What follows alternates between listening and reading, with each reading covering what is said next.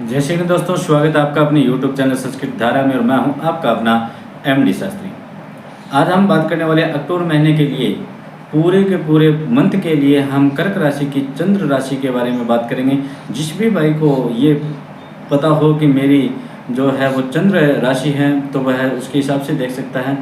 और अगर किसी को नहीं पता है तो वो अपने प्रचलित नाम के अनुसार इस प्रोग्राम को देख सकता है, जो हम आज अक्टूबर के महीने की कर्क राशि के बारे में हम यहाँ पर वार्तालाप करेंगे। सबसे पहले मैं आपको बता देता हूँ, खुशखबरी आपके लिए सबसे बड़ी खुशखबरी ये होगी कि आपके पराक्रम भाव में जो सूर्य भगवान बैठे हुए थे, सूर्य भगवान बैठ करके केतु के साथ में बैठ करके आपके जो परिवार के भाई बंधु के और रिश्तेदार इत्यादि के साथ में जो संबंध को खराब कर रहा था, संबंध के अंदर जो कड़वाहट पैदा कर रहा था, वह सभी अब धीरे धीरे करके आपको सही होने की संभावनाएं लग रही होगी। क्योंकि कर्क राशि के जातक जितने भी हैं उन सबसे मैं ये कहना चाहूँगा कि 17 अक्टूबर को सूर्य भगवान केतु से निकल करके यानी केतु के छाया से निकल करके चतुर्थ भाव में आने वाले हैं, जिसके कारण से आपको बहुत अच्छा लाभ मिलने वाला है। तो सूर्य और केतु के बारे में, यानी सूर्य और केतु जब अपने एक साथ आए थे, उनकी युति हुई थी, जब उनका ग्रहण लग जाता है ना तो कभी भी अच्छा नहीं कह सकते हैं उसको भैया। और आपने देखा होगा कि पिछले मंथ के अंदर बड़ी ही गड़बड़ और बड़ी उथल पुथल चली होगी, जिसके कारण से हम हर प्रकार से परेशान हुए होंगे। अब सूर्य भगवान जैसे ही वहाँ से निकल जाएंगे तो उसके बाद के अंदर आपकी हर जो कार्य क्षेत्र के अंदर है उन्नति होना प्रारंभ हो जाएगी। लेकिन वैसे मैं आपसे कहना चाहूँगा कि शनि की ढैया चल रही है भैया, तो शनि का उपाय तो आपको निरंतर करते ही रहना चाहिए, क्योंकि शनि की ढैया बड़ी ही खतरनाक होती है। और कर्क राशि वालों के लिए तो विशेष रूप से मैं कहना चाहूँगा कि वो शनि का उपाय कभी भी ना छोड़ें, क्योंकि अगर शनि का उपाय अगर आपने छोड़ दिया तो शनि भगवान के द्वारा मिलने वाले जो भी आपको लाभ होंगे उससे आप वंचित रह जाओगे, तथा शनि की कुदृष्टि से आप प्रभावित हो सकते हो। अब यहाँ पर हम बात कर लेते हैं सबसे पहले स्वास्थ्य के बारे में। कर्क राशि के सभी जातकों को मैं ये कहना चाहूँगा कि आपको अभी जब इससे बात कर लेते हैं कि अक्टूबर 1 से लेकर के और हम बात करें तो कुछ समय तक आपको कोई ऐसी ज़्यादा समस्या हमें दिखाई यहाँ पर नहीं दे रही है आपके स्वास्थ्य से लेकर के। परंतु यहाँ पर मंगल भगवान जो है वो तृतीय द्वादश होकर के बैठे हुए हैं, तो वो थोड़ा सा खर्च करवाते हैं हॉस्पिटल इत्यादि का, क्योंकि वो जो है वो धन इत्यादि को खर्च करवाते हैं, व्यर्थ के अंदर कह सकते हैं, किसी लफड़े में कह सकते हैं, या फिर रोग इत्यादि में कह सकते हैं, हॉस्पिटल इत्यादि के माध्यम से वो धन को खर्च करवाते हैं। परंतु जैसे ही 20 अक्टूबर को मंगल भगवान आपके लग्न में आकर के विराजमान होते हैं भैया, तब आपको थोड़ा सावधान और सावधानी रखनी होगी। ध्यानपूर्वक सुनिएगा इस बात को कि वो अपने शत्रु राशि में आकर के विराजमान होंगे, यहाँ पर आपके लग्न में आकर के विराजमान हो जाएंगे। और लग्न में आने के बाद के अंदर आपको बता देता हूँ कि आपके अंदर एक अलग ही परिवर्तन पैदा हो जाएगा। आपके अंदर एक अग्नि जैसी, आपके अंदर एक एक्टिविटी जिसे कह सकते हैं बहुत ज़्यादा हो जाएगी आपके अंदर। और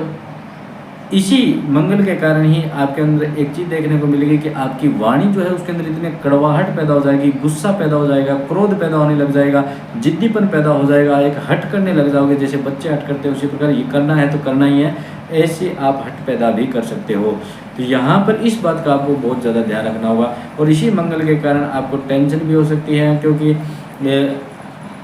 मानसिक तनाव ज़्यादा आ सकता है और आपको किसी भी प्रकार से सिरदर्द और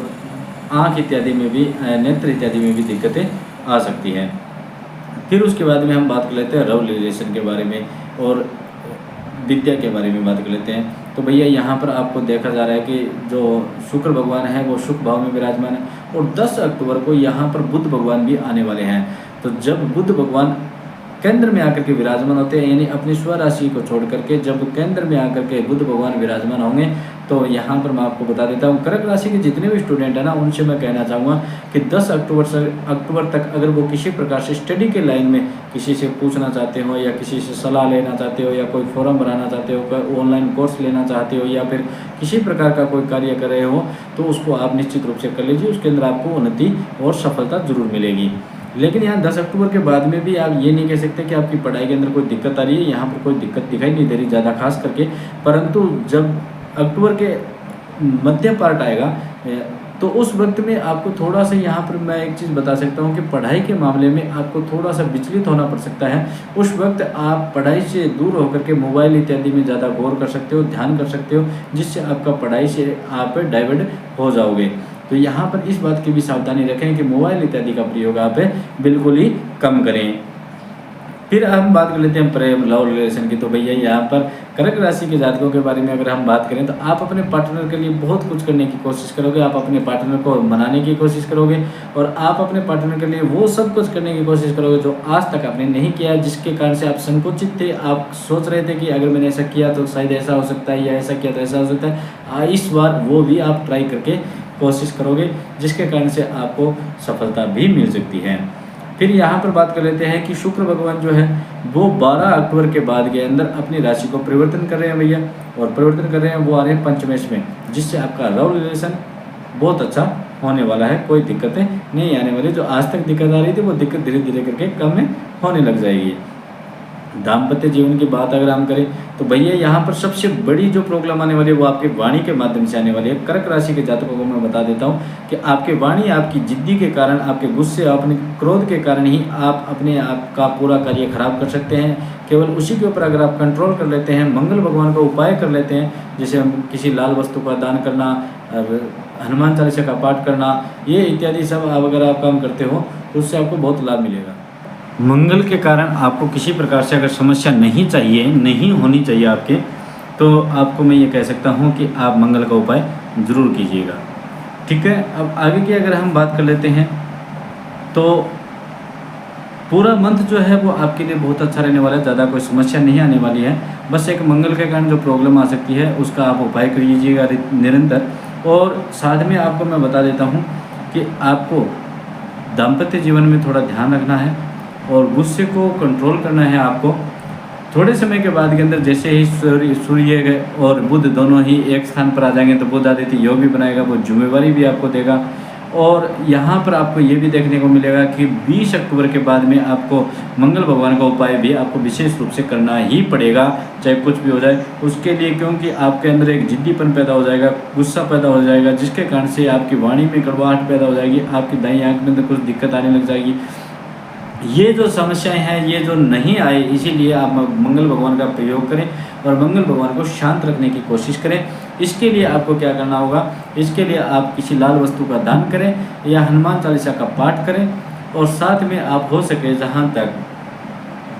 भगवान बालाजी महाराज के मंदिर में जाएं और हर पूर्णिमा को, हर शनिवार के दिन भगवान के दर्शन करें, साथ में मंगलवार को भी दर्शन करें। और महीने की एक जो पूर्णिमा तिथि आती है, या फिर हम कह सकते हैं कि महीने में एक बार पूर्णिमा आएगी, उस दिन आप भगवान बालाजी महाराज को आप सिंदूर और चमेली का तेल उनको चढ़ा करके आ सकते हो, जिसके कारण से आपको बहुत अच्छा लाभ मिल सकता है। जिसके कारण से आपको आपके गुस्से में, आपके क्रोध में, आपकी जिद्दीपन में बहुत आराम मिलेगा, जिसके कारण से आपके व्यवहार में परिवर्तन होने लग जाएगा और आपके कारण किसी को भी समस्या नहीं होगी और उनको समस्या नहीं होगी तो आपको भी समस्या नहीं होगी।